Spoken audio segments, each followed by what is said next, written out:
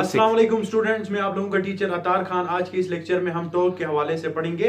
तो previous lectures के अंदर स्टूडेंट्स हम लोगों ने डॉट प्रोडक्ट की कैरेक्टरिस्टिक्स पढ़ा, क्रॉस प्रोडक्ट की कैरेक्टरिस्टिक्स पढ़ा, और आज के इस लेक्चर में हम लोग टॉर्क के हवाले से पढ़ेंगे। बहुत ही इंपॉर्टेंट टॉपिक है एग्जामिनेशंस के हवाले से। जिस तरह हम लोगों ने क्रॉस प्रोडक्ट में पढ़ा, क्रॉस प्रोडक्ट में क्या आ रहा था स्टूडेंट्स, साइन थीटा आ रहा था, और डॉट प्रोडक्ट में क्या आ रहा था स्टूडेंट्स, कोस थीटा आ रहा था। अब बहुत से स्टूडेंट्स का ये सवाल था कि क्रॉस प्रोडक्ट में साइन थीटा क्यों आता है, कोस थीटा क्यों नहीं आता। तो आज आप लोगों का जो कंफ्यूजन है, आज आप लोगों का के जो दिमाग में जो मसला है, प्रॉब्लम है, वो आज इस टॉपिक को समझने के बाद वो क्या हो जाएगा, कंप्लीट हो जाएगा। तो आप क्या करें, आप लोगों से मेरी यही दरख्वास्त है कि आप इस लेक्चर को बहुत ही कंसेप्ट से सुने, बहुत ही फोकस से सुने, तब जाके आपको ये लेक्चर समझ में आएगा, और तब जाके आपको ये रीजन पता चलेगा कि वाई कोस थीटा यूज होता है क्रॉस प्रोडक्ट में। तो स्टूडेंट्स, जहां तक बात हम टॉर्क की करते हैं, तो जब हम फोर्स के जरिए किसी भी बॉडी के अंदर टर्निंग पैदा करते हैं, रोटेशन पैदा करते हैं, तो उस केस में क्या पैदा होता है स्टूडेंट्स, एक टर्निंग इफेक्ट पैदा होता है। इसको हम क्या कहते हैं, टॉर्क कहते हैं। मतलब फोर्स के जरिए किसी बॉडी के अंदर जब हम एक टर्निंग इफेक्ट लेकर आते हैं, उसको हम क्या कहते हैं स्टूडेंट्स, टॉर्क कहते हैं। तो टॉर्क की जब हम बात करते हैं स्टूडेंट्स, टॉर्क की बात कहते हैं, तो इसमें हम लिख सकते हैं द टर्निंग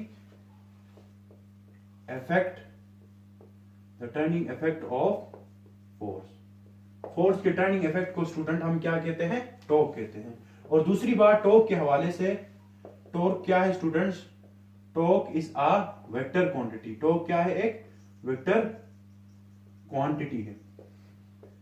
रिप्रेजेंटेड, और इसको हम स्टूडेंट रिप्रेजेंट करते हैं, represented by a Greek letter tau, या इसको आप पढ़ सकते हो TAU, टॉ। एक ग्रीक लेटर टी को थोड़ा सा टेढ़ा करके बनाते हैं। ये एक बेसिकली ग्रीक जबान का लफ्ज है जिसे टॉ कहते हैं, इसे रिप्रेजेंट किया जाता है। और दूसरी जो बात, इसका जो मैथमेटिकल फार्मूला है स्टूडेंट्स, टॉर्क बराबर होता है किसके, मोमेंट आर्म और फोर्स का। मोमेंट आर्म और फोर्स के बराबर होता है। इसका मतलब ये है, अब यहां पर जो समझने वाली बात है स्टूडेंट्स, वो एक तो मोमेंट आर्म है और एक ये फोर्स है। मोमेंट आर्म का मतलब क्या होता है स्टूडेंट्स, जब भी आपने देखा होगा स्पेनर को, स्पेनर का मतलब ये कि जब भी आपका भी सफर में जब आप सफर कर रहे होते हो, तो अचानक से टायर पंचर हो जाता है। जब टायर पंचर हो जाता है तो आप क्या करते हो, अपने गाड़ी से एक स्पेनर निकालते हो, और उस स्पेनर निकाल के क्या करते हो, टायर को खोलते हो। टायर को खोलते हुए आप क्या करते हो, उनकी नट्स के ऊपर स्पेनर को लगाते हो, और क्या प्रोड्यूस कर रहे होते हो, बेसिकली स्टूडेंट्स टॉर्क प्रोड्यूस कर रहे होते हो। अब इसी स्पेनर को हम बनाएंगे, और इसी से इन तमाम कंसेप्ट्स को क्या करेंगे स्टूडेंट्स, समझेंगे। तो टॉर्क की डिपेंडेंसी किसके ऊपर है स्टूडेंट्स, एल और एफ के ऊपर। आगे जाके बहुत चीजें और भी हैं, फिलहाल हल्के हल्के से कंसेप्ट समझेंगे, थोड़े थोड़े से कंसेप्ट समझ के आगे जाके मुश्किल कंसेप्ट्स में जाएंगे। पहले ही अचानक से ही हम सारे डीप वाले कंसेप्ट्स पढ़ेंगे, तो हमारे दिमाग के अंदर क्या पैदा होगी स्टूडेंट्स, कंफ्यूजन पैदा होगी। 1 बाय 1 करके चीजों को समझेंगे, और आखिरी में जाके इस चैप्टर को 100% हम क्या करेंगे, क्लियर करेंगे।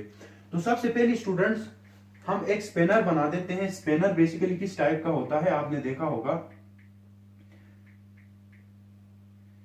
ये मिसाल के तौर पर वो नट है। मैं ये इस नट की मिसाल देता हूं, मिसाल ये ब्लैक कलर का, वो क्या है स्टूडेंट्स, नट है। इसको जिस पॉइंट पे आप फोर्स लगा रहे हो, जिस पॉइंट पे आप फोर्स लगाते हो, इसको आप क्या कहते हो स्टूडेंट्स, पाइवोट, या एप्लीकेशन ऑफ फोर्स। इस पर जिस पॉइंट पे लगता है, इसको आप क्या कहते हो, पिवट कहते हो। क्या कहते हो स्टूडेंट्स, पिवट कहते हो। अब इसके ऊपर आपने क्या लगाया स्टूडेंट्स, एक स्पेनर लगाया। ये वो स्पेनर है स्टूडेंट्स, ये वो स्पेनर है जिसके जरिए आप क्या करते हो, इस पिवट के ऊपर, इस पॉइंट ओ के ऊपर क्या लगाते हो, फोर्स लगाते हो। अब यहां पर समझने वाली बात यह है कि दिस एल रिप्रेजेंट क्या कर रहा है स्टूडेंट्स, एल का मतलब यह है, L represents moment arm. L क्या रिप्रेजेंट कर रहा है स्टूडेंट्स, मोमेंट आर्म को। और जहां तक बात मोमेंट आर्म की है, L क्या रिप्रेजेंट कर रहा है स्टूडेंट, मोमेंट आर्म को। और मोमेंट आर्म का मतलब क्या होता है students, it is the perpendicular distance from the axis of rotation and line of action of force. Moment arm basically student क्या होता है? It is the perpendicular distance from the axis of rotation and the line of action of force. अब यहां पर जो हमारा जो सवाल बनता है, सबसे पहले तो हमें समझना है कि एक्सिस ऑफ रोटेशन क्या होता है और उसके साथ line of action of force क्या होता है। अब स्टूडेंट्स यहां पर देखें, मिसाल के तौर पर स्पेनर का काम क्या होता है? स्पेनर जब जैसे ही हम उस नट के अंदर फिट करते हैं तो हम इसके ऊपर क्या लगाते हैं स्टूडेंट्स? फोर्स लगाते हैं। क्या लगाते हैं? फोर्स लगाते हैं। हम नट को टाइटली फिट करते हैं स्पेनर के जरिए और या अपवर्ड फोर्स लगाते हैं या फिर डाउनवर्ड फोर्स लगाते हैं। इसका मतलब स्टूडेंट ये है, या अप मूव करते हैं या डाउन मूव करते हैं। एक फोर्स के जरिए हम नट को खोलते हैं, एक फोर्स के जरिए हम नट को टाइट करते हैं। अप टाइट के लिए, डाउन लूज करने के लिए। इसका मतलब वो पॉइंट जहां पर हम फोर्स को इन्फ्लुएंस कर रहे हैं, फोर्स को लगा रहे हैं, वो पॉइंट जहां से हम फोर्स को दे रहे हैं, उस पॉइंट को हम क्या कहते हैं student? Line of action of force. हम क्या करते हैं? उधर फोर्स लगाते हैं ऐसी डायरेक्शन में जिसके जरिए ये पॉइंट क्या होता है? मिसाल के तौर पर axis of rotation. Axis of rotation का मतलब ये होता है कि हम जिस पॉइंट पे एप्लीकेशन फोर्स लगा रहे हैं। अब ये देखें, एक्सिस ऑफ रोटेशन मतलब ये जो बॉडी है, ये जो बॉडी है, इस बॉडी का जो ये जो लेंथ है, ये जो लेंथ है, ये बेसिकली क्या होता है? बेसिकली क्या होता है? एक्सिस ऑफ रोटेशन के परपेंडिकुलर होता है। क्या होता है? परपेंडिकुलर। मिसाल के तौर पर ये हमने एक्सिस ऑफ रोटेशन बनाया तो ये पूरा लेंथ क्या है? एक्सिस ऑफ रोटेशन के परपेंडिकुलर। इसका मतलब बॉडी इसके परपेंडिकुलर क्या करती है स्टूडेंट्स? रोटेट करती है। अब एक्सिस ऑफ रोटेशन समझ में आया? ये क्या होता है basically student? Axis of rotation, ये जो मैंने लाइन बना दी, और ये क्या होता है student? Line of action of force. कि जो वो लाइन, जिस लाइन में आप क्या लगा रहे हो? फोर्स लगा रहे हो, या अपवर्ड लगा रहे हो या डाउनवर्ड लगा रहे हो। अब वो केसेस हैं कि आगे जाके हम पढ़ेंगे अपवर्ड के केस में क्या होगा, डाउनवर्ड के केस में क्या होगा। अब एक्सिस ऑफ रोटेशन से अब हमें क्या पढ़ना है स्टूडेंट्स? कि मोमेंट आर्म क्या होता है। एक्सिस ऑफ रोटेशन से अगर हम परपेंडिकुलर डिस्टेंस ले लें किस तक? Line of action of force से। अब देखिए एक लेंथ बनी, जो कि लेंथ क्या कर रही है? एक्सिस ऑफ रोटेशन के साथ भी 90 डिग्री का एंगल बना रही है और लाइन ऑफ एक्शन फोर्स के साथ भी 90 डिग्री का एंगल बना रही है। किससे? एक्सिस ऑफ रोटेशन से और line of action of force से। तो इसको हम बेसिकली स्टूडेंट क्या कहते हैं? मोमेंट आर्म कहते हैं। और डिफिनीशन में भी यही लिखवाया है, L represent moment arm and it is the perpendicular distance from the axis of rotation and line of action of force. उम्मीद है स्टूडेंट यहां तक बात आप लोगों को क्लियर हो गई होगी कि टॉर्क बेसिकली क्या है? Turning effect of force. और टॉर्क क्या है? एक वेक्टर क्वांटिटी है और इसको रिप्रेजेंट किया जाता है ग्रीक लीटर टॉ से, और इसकी कुछ मैथमेटिकल एक्सप्लेनेशन मैंने आपको समझाया। अब तो ये सिर्फ और सिर्फ एक इंट्रोडक्शन था टॉर्क का। अब टॉर्क को मजीद आगे जाके हम बहुत ही डीप में समझने जा रहे हैं। तो आगे बढ़ते हैं students.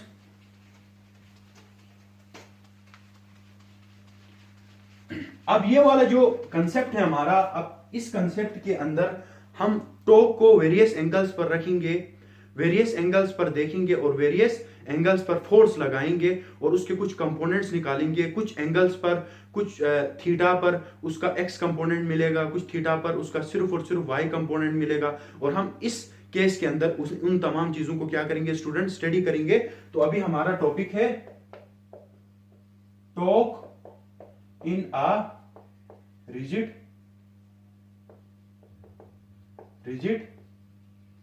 Body. Torque in a rigid body. मिसाल के तौर पर students, torque in a rigid body को जब अगर हम समझते हैं तो हम क्या लेंगे? एक फिक्स पॉइंट लेंगे। ये रहा वो फिक्स पॉइंट, ये वो फिक्स पॉइंट है। मिसाल के तौर पर ये पॉइंट क्या है? ओ। ये पॉइंट क्या है? ओ। ओ को मैंने बताया था आप लोगों की, इसको हम क्या कहते हैं?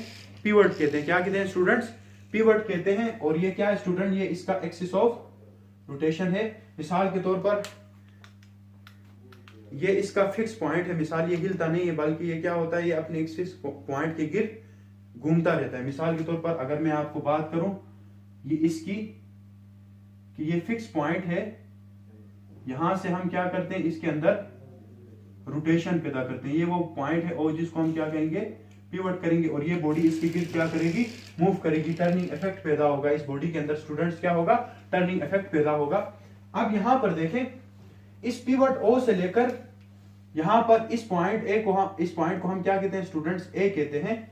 क्या कहते हैं स्टूडेंट्स, ए कहते हैं। और इस पॉइंट पर बेसिकली क्या हो रहा है, फोर्स लग रहा है। क्या हो रहा है स्टूडेंट, इस पॉइंट पर फोर्स लग रहा है, और जिस पॉइंट पर फोर्स लगता है हम वहां पर क्या करते हैं, एक लाइन ड्रा करते हैं, और इस लाइन को हम क्या कहते हैं student, line of action of force.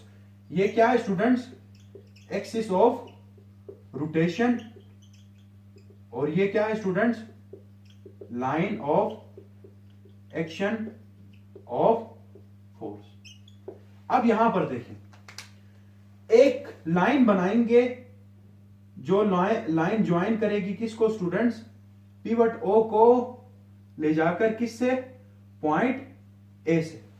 एक लाइन बनाएंगे जो पॉइंट ओ को ज्वाइन करेगी किससे, ए से, और पॉइंट ओ में इसका टेल है और ए में इसका क्या है स्टूडेंट्स हेड है। इसको हम क्या करेंगे, पोजीशन वेक्टर आर से रिप्रेजेंट करेंगे। स्टूडेंट्स इसको हम किससे रिप्रेजेंट करेंगे, पोजीशन वेक्टर आर से रिप्रेजेंट करेंगे। और ये दूसरा चीज इंफॉर्मेशन क्या देता है, the perpendicular distance from the axis of rotation to the line of action of force is called moment arm. अब देखें स्टूडेंट्स इस बॉडी पर अगर हम फोर्स किस तरह लगाएं, इस बॉडी पर अगर हम फोर्स इस डायरेक्शन में लगाते हैं, इस बॉडी पर अगर हम फोर्स इस डायरेक्शन में लगाते हैं तो क्या होगा। अब देखें ये जो फोर्स है डायरेक्टली कहां पर लग रहा है, इनसाइड द पिवट। मतलब एप्लीकेशन ऑफ फोर्स का सिर्फ और सिर्फ इस केस में हॉरिजॉन्टल है, तो इस हॉरिजॉन्टल के केस में कौन सा कंपोनेंट बनेगा, कोस वाला कंपोनेंट बनेगा। और जब कोस वाला कंपोनेंट बनेगा तो इसका मतलब कोस एंगल क्या है इस केस में 0 डिग्री, और कोस 0 डिग्री इसका मतलब इस केस में कोई टॉर्क प्रोड्यूस नहीं होगा, टॉर्क प्रोड्यूस नहीं होगा। क्योंकि स्टूडेंट्स मिसाल के तौर पर ये फोर्स डायरेक्टली कहां पर लग रही है, पिवट की तरफ, तो जिसकी वजह से इसके ऊपर कोई फोर्स नहीं लगेगा। मिसाल के तौर पर स्पेनर जब आप टायर के नट्स के अंदर फिट करते हो, हमेशा आपने देखा होगा फिट करने की वजह से या आप स्पेनर को अपवर्ड मूव करवाते हो या डाउनवर्ड मूव करवाते हो। कभी भी स्पेनर को आगे की तरफ अगर खींचोगे तो उससे उस नट के अंदर कोई टर्निंग इफेक्ट पैदा नहीं होगी। मिसाल के तौर पर ये वो स्पेनर है, मिसाल के तौर पर ये वो क्या है स्टूडेंट, स्पेनर है, ये पॉइंट एप्लीकेशन ऑफ फोर्स है। अगर आप फोर्स इस तरफ लगाओगे, यहां अंदर नट है, क्या इस नट में कोई चीज पे फोर्स तो लगेगी, मैग्नीट्यूड भी होगा, क्या इस केस में टर्निंग इफेक्ट पैदा होगा नट के अंदर स्टूडेंट्स, नहीं। इस केस में टर्निंग इफेक्ट पैदा नहीं होगा। या फोर्स कुछ एंगल बनाएगी तो जाहिर सी बात है इस केस में नट के अंदर टर्निंग इफेक्ट पैदा होगा। तो इस केस में स्टूडेंट्स नट के अंदर टर्निंग इफेक्ट पैदा नहीं होगा। अगर हम उसी तरह इस फोर्स को थोड़ा सा क्या करते हैं, एंगल बना देते हैं। मिसाल के तौर पर ये पोजीशन वेक्टर को थोड़ा एक्सटेंड करता हूं आगे की तरफ लेकर जाता हूं स्टूडेंट्स, और क्या करता हूं, पहले तो पोजीशन वेक्टर के बिल्कुल पैरेलल था क्या चीज, फोर्स का एप्लीकेशन। अब मैं क्या करता हूं स्टूडेंट्स, इसी फोर्स को कुछ एंगल पर टिल्ट कर देता हूं। ये वो फोर्स है वेक्टर, अब लग रहा है मिसाल के तौर पर कुछ ना कुछ एंगल थीटा इसने क्या किया है, बनाया हुआ है। कुछ ना कुछ एंगल थीटा इसने क्या किया है स्टूडेंट्स, बनाया हुआ है। तो रेक्टेंगुलर कंपोनेंट्स से हम अभी पढ़ चुके हैं, रेक्टेंगुलर कंपोनेंट से अभी हम क्या पढ़ के आ गए स्टूडेंट्स, कि जब भी मैंने आपको बताया था मोशन किस तरह की होती थी, या तो वर्टिकल में होती थी या तो हॉरिजॉन्टल में होती थी, और ये भी बताया था हॉरिजॉन्टल में सिर्फ cos थीटा और वर्टिकल में sin थीटा।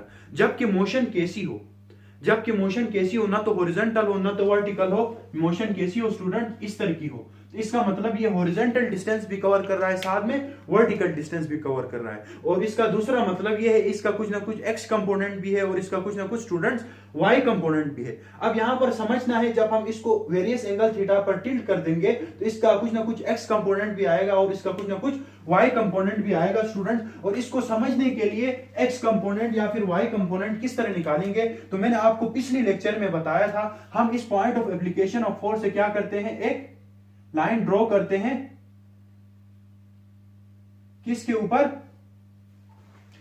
इस पोजीशन वेक्टर को थोड़ा एक्सटेंड किया, इसके ऊपर हमने एक क्या किया, एक प्रोजेक्शन ड्रॉ की। और एक प्रोजेक्शन ड्रॉ करने की वजह से स्टूडेंट्स क्या हुआ, एफ दो कंपोनेंट्स में क्या हुआ, डिवाइड हुआ।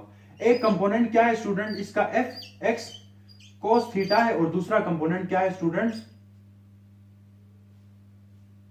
एफ साइन थीटा है। दो कंपोनेंट्स में ये क्या हुआ स्टूडेंट्स, डिवाइड हुआ। एक क्या बना, एफ कोस थीटा और दूसरा क्या बना, एफ साइन थीटा। एक मुकम्मल तौर पे क्या आया, पैरेलल आया और एक ने कितने का एंगल बनाया स्टूडेंट्स, 90 डिग्री का बनाया।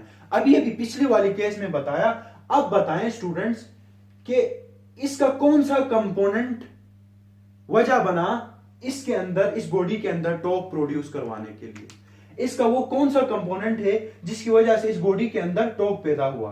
पिछले वाले एग्जांपल में मैंने बताया, जब सिर्फ और सिर्फ इसका एफ कॉस थीटा था तो इसका मतलब इसमें कोई टर्निंग इफेक्ट पैदा नहीं हुई थी। आप स्पेनर के अंदर नट को टाइट कर दें और यहां से हॉरिजॉन्टल डायरेक्शन में इस पर फोर्स लगाएं तो क्या उसके अंदर कोई टॉर्क पैदा होगा, नहीं होगा। इसका मतलब इस कंपोनेंट में कोई टॉर्क, इसकी वजह से, इसकी सपोर्ट की वजह से कोई टॉर्क पैदा नहीं होगा। बेशक इसका कुछ ना कुछ मैग्नीट्यूड होगा, मगर उस मैग्नीट्यूड के बावजूद भी ये टर्निंग इफेक्ट के लिए 0% भी किरदार नहीं निभाएगा, बल्कि सिर्फ और सिर्फ टर्निंग इफेक्ट के लिए जो रोल किरदार जो अपनाएगा वो कौन ऐसा कंपोनेंट करेगा स्टूडेंट्स, एफ साइन थीटा करेगा।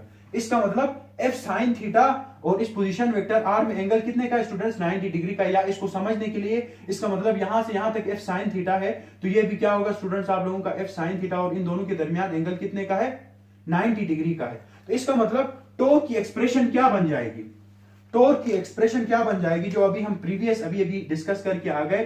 टॉर्क बराबर होता है किसके, एल और एफ के बराबर होता है स्टूडेंट।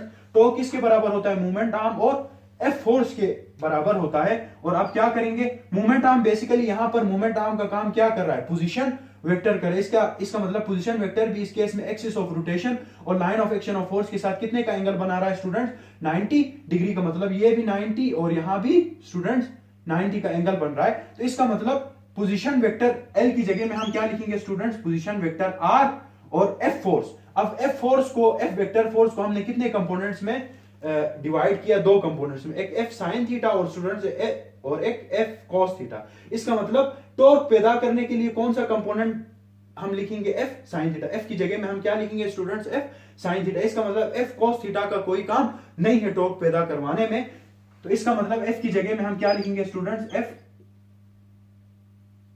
एफ की जगह में क्या लिखेंगे, एफ साइन थीटा। अगर आप इसको वेक्टर फॉर्म में लिखोगे तो स्टूडेंट्स क्या होगा, आर एफ साइन थीटा और N unit vector. N unit vector का मतलब क्या है स्टूडेंट, यहां पर देखें, आर एफ साइन थीटा से हमें एक क्या मिला, एक टॉर्क मिला। और टॉर्क की हमेशा एक मखसूस डायरेक्शन होती है, वो डायरेक्शन भी मैं आगे जाके आपको समझाऊंगा। और जो टॉर्क जिस डायरेक्शन में पैदा हुआ वो अपवर्ड भी हो सकता है, डाउनवर्ड भी हो सकता है। वो टॉर्क के लिए क्या है, ये एन के बेसिकली यूनिट वेक्टर है। या आप उसको दूसरे फॉर्म में लिखना चाहते हैं तो आर और एफ के दरमियान में क्या लगाएंगे स्टूडेंट, आर क्रॉस एफ। अब ये क्या बना स्टूडेंट्स, वेक्टर फॉर्म में, ये क्या बना स्टूडेंट्स, वेक्टर फॉर्म में आर क्रॉस एफ। अब यहां से आपको बात साबित हो गई कि आर क्रॉस एफ को आप लिख सकते हो आर एफ साइन थीटा। और ये भी आप लोगों को पता चला कि साइन थीटा क्यों आता है, कोस थीटा क्यों नहीं आता, क्योंकि टॉर्क पैदा करवाने के लिए कोस थीटा का कोई काम नहीं होता, बल्कि किसका काम होता है, साइन थीटा का काम होता है। मिसाल के तौर पर अगर इसी एग्जांपल को आप, उम्मीद है आप लोगों को यह कंसेप्ट क्लियर हुआ होगा। अगर मिसाल के तौर पर स्टूडेंट्स इसी केस को अगर मैं इस तरह करता, क्या करता, इसी केस को मैं, अब तो मैंने फोर्स को कुछ एंगल पर टील किया था, अगर मैं फोर्स को मुकम्मल तौर पे इस डायरेक्शन में लगा देता, अगर फोर्स को मैं, फोर्स वेक्टर को सिर्फ मुकम्मल तौर पे इस डायरेक्शन पे लगा देता तो इसका मतलब इस पॉइंट को हमने क्या कहा है स्टूडेंट्स, ए कहा है। अब यहां पर देखें, ये मुकम्मल तौर पे क्या बना स्टूडेंट, वर्टिकल बना। ये मुकम्मल तौर पे क्या बना स्टूडेंट्स, वर्टिकल बना। और इसका सिर्फ कितना कंपोनेंट बनेगा स्टूडेंट्स, एक कंपोनेंट बनेगा। और वो एक कंपोनेंट क्या होगा, सिर्फ एफ साइन थीटा। इसका मतलब जितना फोर्स लग रहा है मुकम्मल तौर पे वर्टिकल डायरेक्शन में लग रहा है, जबकि प्रीवियस केस में क्या था, कुछ फोर्स हॉरिजॉन्टल डायरेक्शन में भी लग रहा था और कुछ फोर्स वर्टिकल डायरेक्शन में भी लग रहा था। तो स्टूडेंट ये वो केस है, यहां से ये बात साबित हो गई कि टॉर्क एल और एफ के बराबर होता है। और इस केस में आर एफ साइन थीटा, और आर क्या बता रहा है स्टूडेंट्स, आर क्या बता रहा है स्टूडेंट्स, मूवमेंट, सॉरी एल बता रहा है मूवमेंट आर्म को, आर क्या बता रहा है पोजीशन वेक्टर आर को। और एफ की जगह में हमने क्या कर दिया, एफ साइन थीटा कर दिया। और साइन थीटा की वैल्यू यहां इस केस में क्या होगी,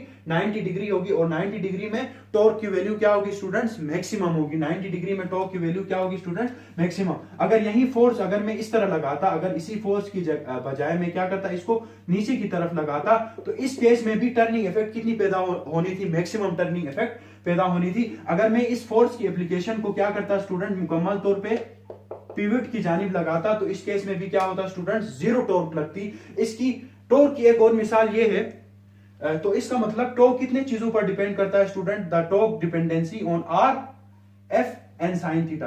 torque depends upon R position vector.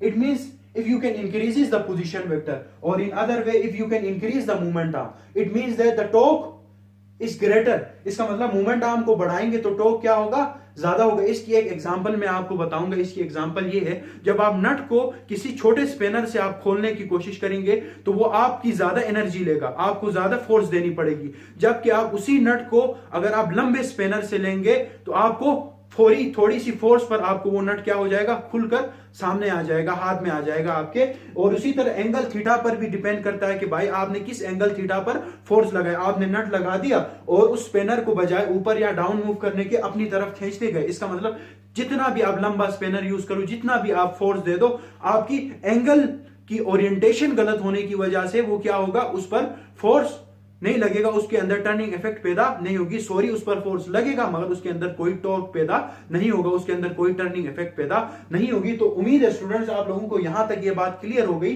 कि टर्निंग इफेक्ट पैदा करने के लिए the torque dependency on, there are three quantities on which the torque depends. The first one is position vector, the second is force, and the sine theta which shows the angle between R and F. And what is the direction of the torque, torque की direction क्या होगी। मिसाल के तौर पर यही चीज मैं अभी आप लोगों को समझाऊंगा।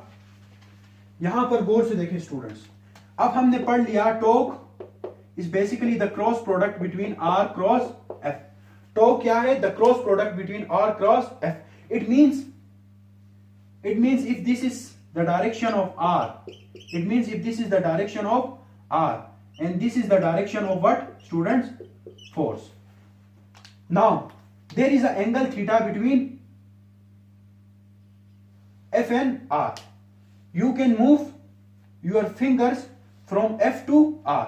If you can, मैंने आपको बताया था कि राइट हैंड रूल के बारे में बताया था कि इसमें एंगल थीटा एक तो इस डायरेक्शन से भी बन रहा है, एक तो F to R एक शॉर्ट डिस्टेंस भी है। आप हमेशा शॉर्ट डिस्टेंस वाले एंगल थीटा को एक्सेप्ट करोगे और उस पर कौन सा रूल लगाओगे स्टूडेंट्स, राइट हैंड रूल लगाओगे। और राइट हैंड रूल के मुताबिक आप स्मॉलेस्ट डिस्टेंस F से क्या करोगे, कर्ल करोगे अपने हाथ को किसकी तरफ, R की तरफ। और ये जो आपका जो डायरेक्शन है एंटी क्लॉकवाइज में जब आप मूव करवाओगे, ये जो डायरेक्शन है ये बेसिकली क्या होगी, टॉर्क की डायरेक्शन। ये वाली डायरेक्शन, ये डायरेक्शन बेसिकली क्या होगी, सबसे पहले टेल्स को जोड़े मूव करवाएं तो ये डायरेक्शन बेसिकली क्या होगी, टॉर्क की डायरेक्शन। यहां पर मैंने आपको मार्कर रख दिया कि इस वे में टॉर्क की डायरेक्शन होगी। अगर उसी तरह स्टूडेंट्स, अगर हम, ये तो राइट हैंड रूल था F से R की तरफ, अगर R से F की करेंगे तो यही डायरेक्शन क्या होगी स्टूडेंट्स, नीचे की तरफ होगी, मतलब प्लेन के अंदर की तरफ। इसका मतलब एक कोर्स में जब हम एंटी क्लॉकवाइज मूव करते हैं तो टॉर्क हमेशा क्या होता है स्टूडेंट्स, पॉजिटिव। ये कन्वेंशन है।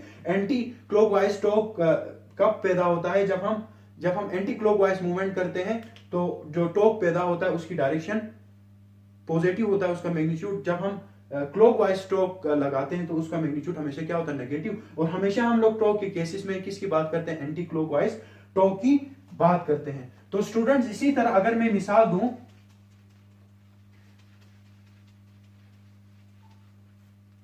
इसी तरह मिसाल के तौर पर ये पॉइंट क्या था स्टूडेंट्स, ये पॉइंट ए था। यहां पर फोर्स का क्या था स्टूडेंट्स, ये वो फोर्स का एप्लीकेशन था, इसको हमने फोर्स वेक्टर से रिप्रेजेंट किया था। अब इसी फोर्स की एप्लीकेशन को अगर मैं पीछे की तरफ बनाऊं, यहां से मैंने क्या किया, इसको पीछे की तरफ एक्सटेंड किया, line of action of force को मैंने पीछे की तरफ एक्सटेंड किया। अब मैं क्या करना चाहता हूं स्टूडेंट्स, इस पोजीशन वेक्टर के भी कंपोनेंट्स निकालना चाहता हूं, इस पोजीशन वेक्टर के भी कंपोनेंट्स निकालना चाहता हूं। तो इसके लिए स्टूडेंट्स मुझे क्या करना पड़ेगा, इस पोजीशन वेक्टर की टेल में से एक परपेंडिकुलर ड्रा करना पड़ेगा, किसके ऊपर, line of action of force के ऊपर 90 डिग्री का एंगल बना। अब इसके कितने कंपोनेंट्स बने स्टूडेंट्स, दो कंपोनेंट्स बने। एक कंपोनेंट को हमने क्या कहा स्टूडेंट, आर कोस थीटा का, और एक कंपोनेंट को क्या कहा, आर साइन थीटा। और मैंने बताया आर कोस थीटा का कोई काम नहीं है टॉर्क प्रोड्यूस करवाने में, जबकि हम आर साइन थीटा मानेंगे। और आर साइन थीटा को मानने के लिए एक दूसरा रीजन ये भी है कि आर साइन थीटा बेसिकली क्या बता रहा है, आर साइन थीटा क्या बता रहा है स्टूडेंट, यहां पर देखें, R sine theta line of action of force के साथ कितने का एंगल बना रहा है, 90 डिग्री का बना रहा है। और एक्सिस ऑफ रोटेशन के साथ भी एंगल कितने का बना रहा है स्टूडेंट, 90 डिग्री का बना रहा है। और the length between axis of rotation and the line of action of force is called moment arm. If this length is making a perpendicular angles with this line of action and the what application of force, then this is what we call moment arm. तो अब इस case में जब हम लिखेंगे torque, तो क्या बनेगा स्टूडेंट्स, R क्रॉस F। तो इसका मतलब अब हमने बात की है किसकी, R के कंपोनेंट की। तो इस केस में जब हम क्रॉस को हटाएंगे स्टूडेंट्स, ये टॉर्क बन जाएगा। आर का वो कौन सा कंपोनेंट है कि जो टॉर्क पैदा करवा रहा है, तो एफ लिखेंगे, आर की जगह में हम क्या लिखेंगे स्टूडेंट्स, आर साइन थीटा। और इस केस में टॉर्क कहां पर होगा स्टूडेंट्स, इस केस का टॉर्क क्या होगा, यही मिसाल ये है, ये वाली मिसाल है। मिसाल के तौर पर ये आर है, ये एंगल थीटा है, और ये एफ है। अब क्या करोगे, आर से एफ की तरफ, जब R से F की तरफ मूव करोगे तो टॉर्क की वैल्यू क्या होगी स्टूडेंट्स, टॉर्क की डायरेक्शन क्या होगी स्टूडेंट्स, ये होगी टॉर्क की डायरेक्शन डाउनवर्ड। किस केस में, जब आप क्लॉकवाइज मूव करते हो तो डाउनवर्ड, और जब आप एंटी क्लॉकवाइज मूव करते हो तो स्टूडेंट्स अपवर्ड। ये F और ये थीटा और ये क्या है स्टूडेंट्स, ये R position vector, and this is the angle of what, torque. ये वो एंगल है किसका, टॉर्क का। तो उम्मीद करता हूं स्टूडेंट्स आप लोगों को ये कंसेप्ट समझ में आया होगा कि टॉर्क किन चीजों पर, टॉर्क इन रिजिड बॉडी के जो जितने कंसेप्ट थे ये सारे आपको समझ में आएगी कि टॉर्क की डिपेंडेंसी कितने चीजों पर है, एफ, आर और साइन थीटा के एंगल पर भी तो डिपेंड करता है। कि फर्स्ट केस में मैंने आपको एग्जांपल दिया 90 डिग्री एंगल पर टॉर्क की मैक्सिमम वैल्यू क्या होगी, सबसे मैक्सिमम होगी। या आपकी टॉर्क की दूसरी डिफिनीशन भी आप ये कर सकते हैं, torque is basically the cross product between R vector and F vector.